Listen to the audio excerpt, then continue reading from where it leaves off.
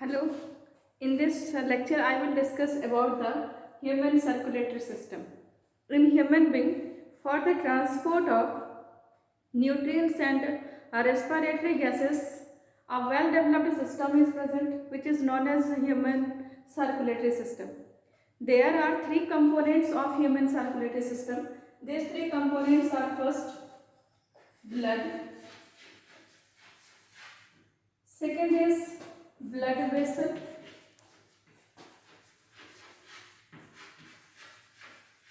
and third is heart.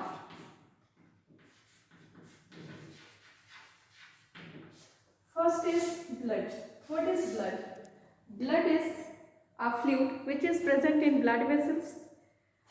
This blood is slightly alkaline in nature. This is alkaline fluid and its pH is 7.4. It is slightly viscous and its viscosity is 4.7. Blood is composed of two main parts. First is plasma and second is formed element. Formed element.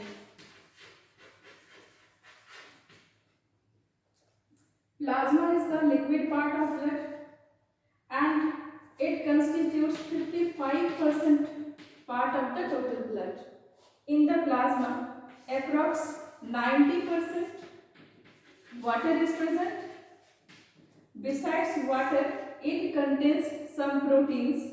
For example, albumin, globulin, prothrombin,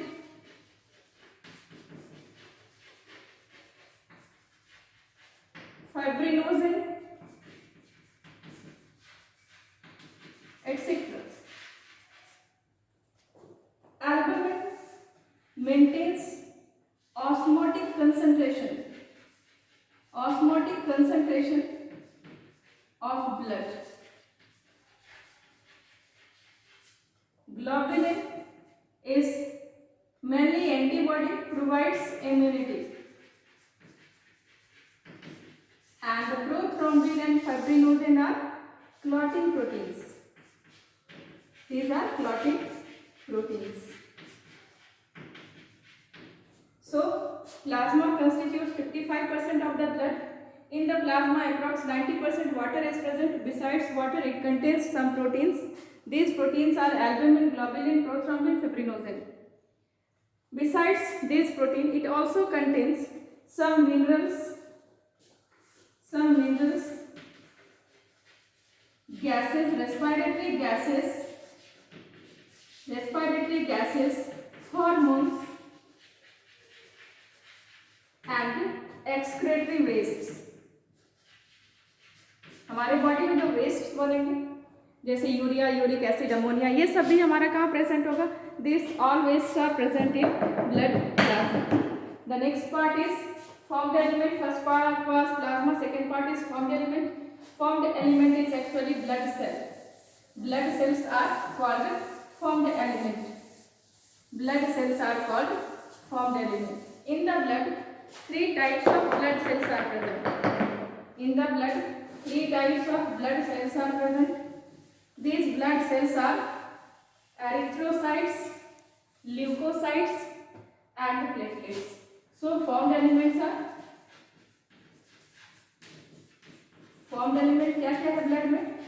तो first is erythrocyte.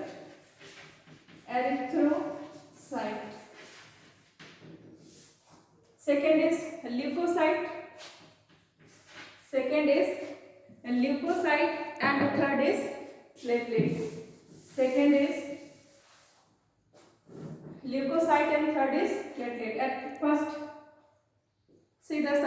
see some features of erythrocytes. What are erythrocytes? Red blood cells are erythrocytes. These are very important blood cell as it helps in transport of respiratory gases. Erythrocytes are red blood cells. It is a very special type of cell as it is highly modified for the transport of gases. The cell lacks nucleus and all other cell organelles. RBC lacks nucleus and all other cell organelles.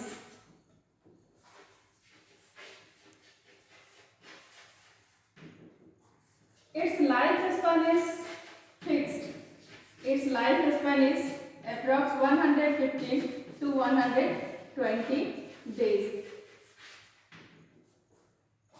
It undergoes, हमारे body का अकेला cell है जो हर समय anaerobic respiration करता है. It undergoes anaerobic respiration. Anaerobic respiration कभी कभी हमारे मसल्स में होता है, लेकिन ये हमेशा एनारोबिक रेस्पिरेशन ही करता है. मसल्स में कभी कभी होता है. ये एनारोबिक रेस्पिरेशन करता है. इसके पास एक पिगमेंट प्रेजेंट होता है जिसको हीमोग्लोबिन कहते हैं. Haemoglobin helps in transport of respiratory gases. Haem and globin part है. Haem combines with oxygen and globin combines with CO2. Oxygen के साथ कंबाइन करके ऑक्सी हीमोग्लोबिन बनाता है और इस फॉर्म में ट्रांसपोर्ट करता है ऑक्सीजन गैस को, और CO2 के साथ ग्लोबिन कंबाइन करके कार्बामीनो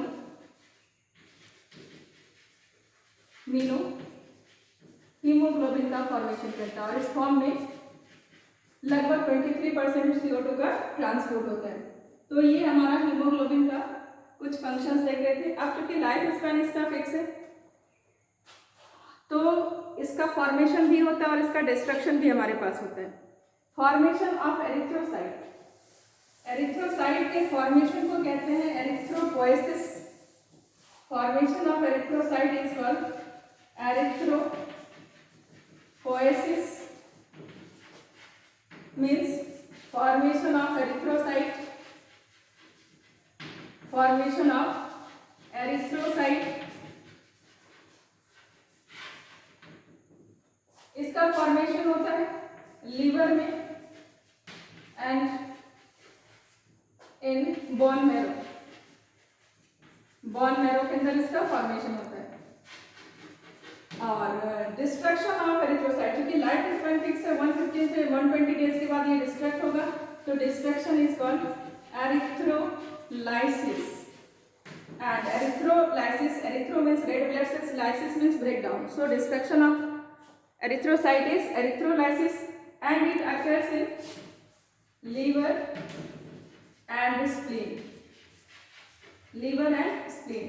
Maximum erythrocytes are destructed in the spleen. A few are destructed in the liver for the formation of bile. Erythrocyte के डिस्ट्रक्शन से लीवर में बाइल का फॉर्मेशन होता है, फॉर्मेशन ऑफ बाइल. और स्प्लीन में मैक्सिमम डिस्ट्रक्शन होता है. मैक्सिमम डिस्ट्रक्शन हमारे पास स्प्लीन में होता है. So spleen is called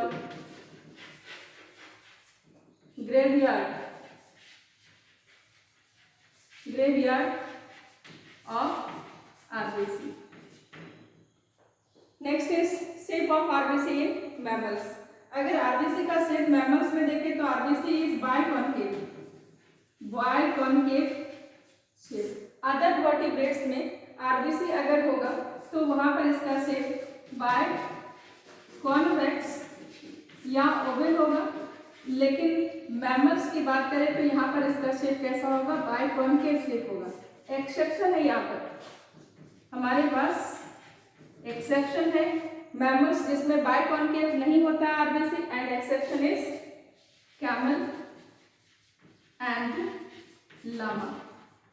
both are desert animals. दोनों क्या है, तो दोनों हमारे डेजर्ट मैमल है जहाँ पर शेप राउंडेड ओवल होता है या बाइकॉन्वेक्स होता है, लेकिन बाइकॉन्केव नहीं होता. बाकी सारे मैमल्स में शेप इसका बाइकॉन्केव होता है. अगर बाइकॉन्केव होता है तो ये एक एडवांटेज होता है कि बाइकॉन्केव शेप अगर देखें और ये शेप देखें तो बड़ा सा सरफेस एरिया इसके पास मिलता है, जिसके कारण ये ज़्यादा गैसेस का ट्रांसपोर्ट कर पाता है. चूँकि मैमल सबसे एडवांस एनिमल और इसका एनर्जी रिक्वायरमेंट सबसे अधिक होता है, इसलिए एरिथ्रोसाइट का शेप हमारे पास मैमल्स में बाइकॉन्केव हो जाता है. In other animals it is either oval और biconvex. Okay. Next blood cell is leukocytes. Next blood cell is leukocytes. What are leukocytes? तो ल्यूकोसाइट्स हमारे पास एक खास तरह का सेल जो आरबीसी की तुलना में बहुत कम नंबर में है. यानी अगर रेशियो देखा जाए आरबीसी और डब्ल्यूबीसी का, तो अगर हमारे पास 600 आरबीसी है तो ल्यूकोसाइट्स हमारे पास सिर्फ एक होगा. यानी रेशियो हमारे पास 600:1 का चलता है आरबीसी और डब्ल्यूबीसी का. आरबीसी का नंबर 4-5 मिलियन के आसपास और डब्ल्यूबीसी हमारे पास 8,000 to 10,000 के आसपास हो सकता है. इस ल्यूकोसाइट, ये ल्यूकोसाइट हमारे पास स्पेशली दो टाइप का होता है. First is granulocyte, and second is agranulocyte. Granulocyte means जिसके साइटोप्लाज्म में ग्रैन्यूल्स यानी ग्रैन्युलर स्ट्रक्चर प्रेजेंट होगा, उसको हम ग्रैन्युलोसाइट कहेंगे. जिसके पास नहीं होगा उसको एग्रैन्युलोसाइट कहेंगे. ग्रैन्युलोसाइट हमारे पास न्यूट्रोफिल, बेसोफिल और एसिडोफिल होता है. सबका फंक्शन कहीं ना कहीं से हमारे इम्यूनिटी से रिलेटेड है, इसलिए डिटेल में आपको ये पढ़ना नहीं है, इसलिए ब्रीफ में हम लोग केवल नाम सुनते हैं. और एक ग्रैन्युलोसाइट हमारे पास मोनोसाइट और लिम्फोसाइट होता है. मोनोसाइट्स को स्कैवेंजर कहते हैं. Scavenger of body cell, blood cell का ये स्कैवेंजर कहलाता है. और ये लिम्फोसाइट सबसे इंपॉर्टेंट है इम्यूनिटी में. ये एंटीबॉडीज का फॉर्मेशन करता है. यानी जितने भी सेल्स हैं यहाँ पर ब्लड सेल्स, डब्ल्यूबीसी के सारे डब्ल्यूबीसी सेल्स कहीं ना कहीं से हमारे लिए इम्यूनिटी का फंक्शन करते हैं, डिजीज रेसिस्टेंट प्रोवाइड करते हैं. Third cell is platelets.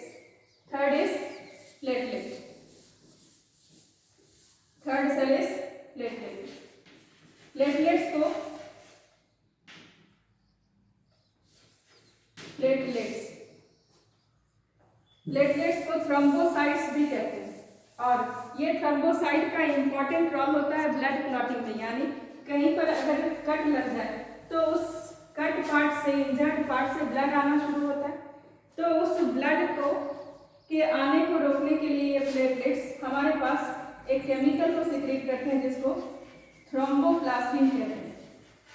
और थ्रोम्बोप्लास्टिन रिलीज होने के कारण हमारे ब्लड में प्रेजेंट जितने भी क्लॉटिंग प्रोटीन है वो सारे एक्टिवेट हो जाते हैं और वहाँ पर क्लॉट फॉर्मेशन करके प्रिवेंट करते हैं. क्या?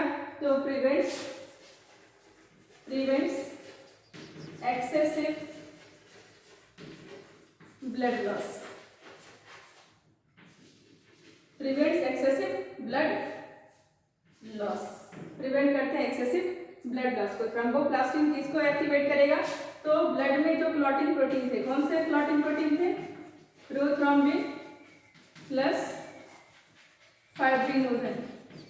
इन सब को ये एक्टिवेट करने का काम करेगा. एक्टिवेट होते ही वहाँ पर क्लॉट का फॉर्मेशन हो जाएगा और इस तरह से एक्सेसिव ब्लड लॉस नहीं होगा. Next part blood cells, blood plasma और ब्लड सेल्स हो गए. Next part is blood vessels. What is blood vessel? तो ब्लड वेसल एक ट्यूबुलर स्ट्रक्चर है जिससे होकर ब्लड हमारा फ्लो करता है. तो blood vessel is tubular structure. Blood vessel क्या है? तो blood vessel is tubular structure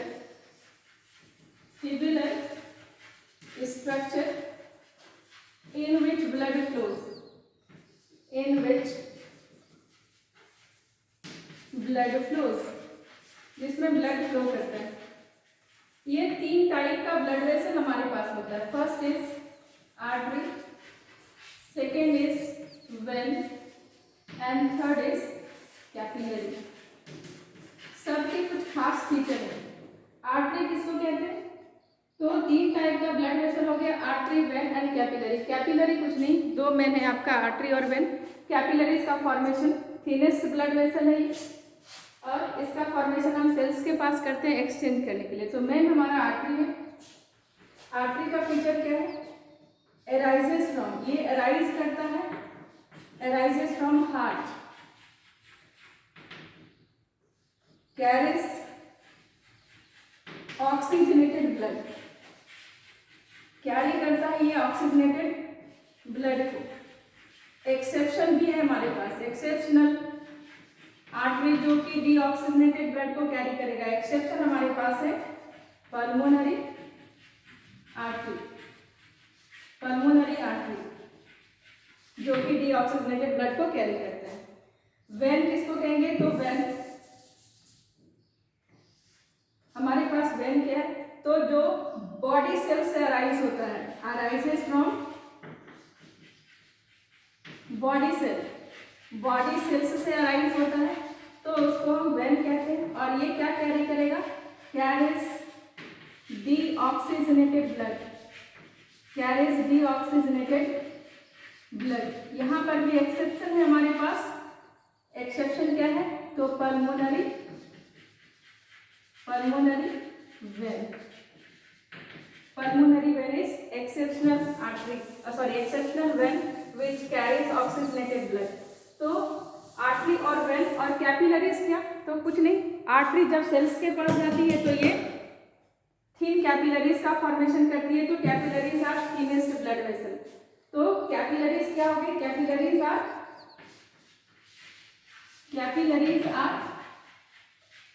thinnest blood vessel. किस लिए बनाते हैं इसको, for the exchange, thinnest blood vessel, ये सबसे पतला ब्लड वेसल और इसका फॉर्मेशन हम करते हैं एक्सचेंज करने के लिए। अब वेन है हमारा, आर्टरी और वेन में डिफरेंस क्या है, तो कुछ डिफरेंस तो क्लियर हो गया आर्टरी और वेन का, कि देखो सिंप्लीफाइड स्ट्रक्चर, देखो ये हमारे हार्ट का,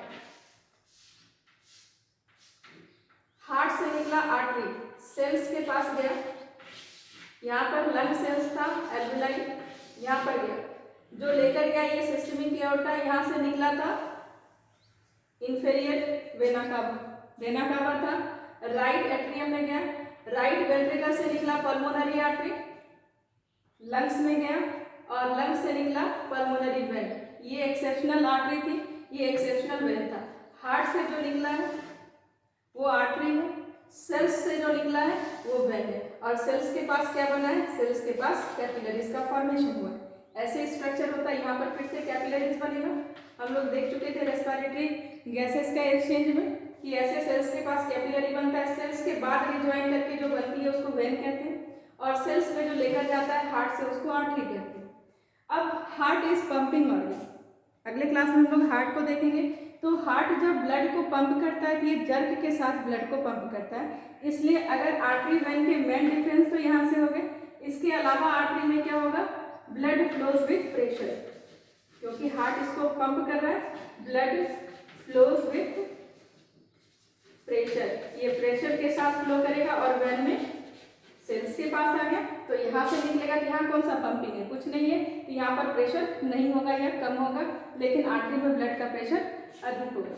क्योंकि यहाँ पर ब्लड प्रेशर के साथ निकलता है, इसलिए अंदर में ब्लड की मिक्सिंग की कोई पॉसिबिलिटी नहीं होती, यानी जो ब्लड निकल गया वो सीधे सीधे आगे बढ़ता जाएगा प्रेशर के कारण। इसलिए आर्टरीज में नो इंटरनल वाल्व्स,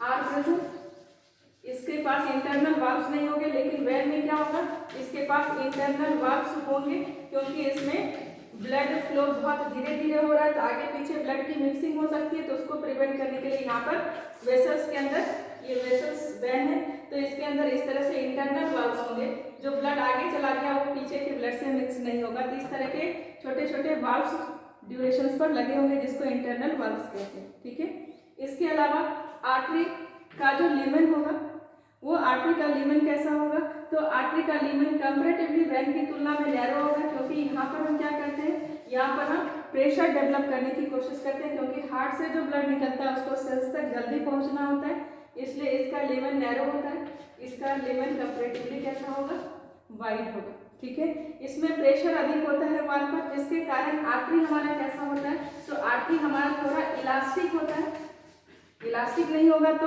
जर्क के साथ जब ब्लड आएगा तो ये फट सकता है, और ये कंपैरेटिवली लेस इलास्टिक होता है। तो इस तरह से कुछ डिफरेंस है जो आर्टरी और वेन में। कैपिलरी में तो कुछ है नहीं, कैपिलरी सबसे थिनेस्ट है, इसको हर जगह हम सेल्स के पास बनाते हैं ताकि हम गैसियस एक्सचेंज को कर सकें। ठीक है. In the next lecture I will discuss about human heart. Okay.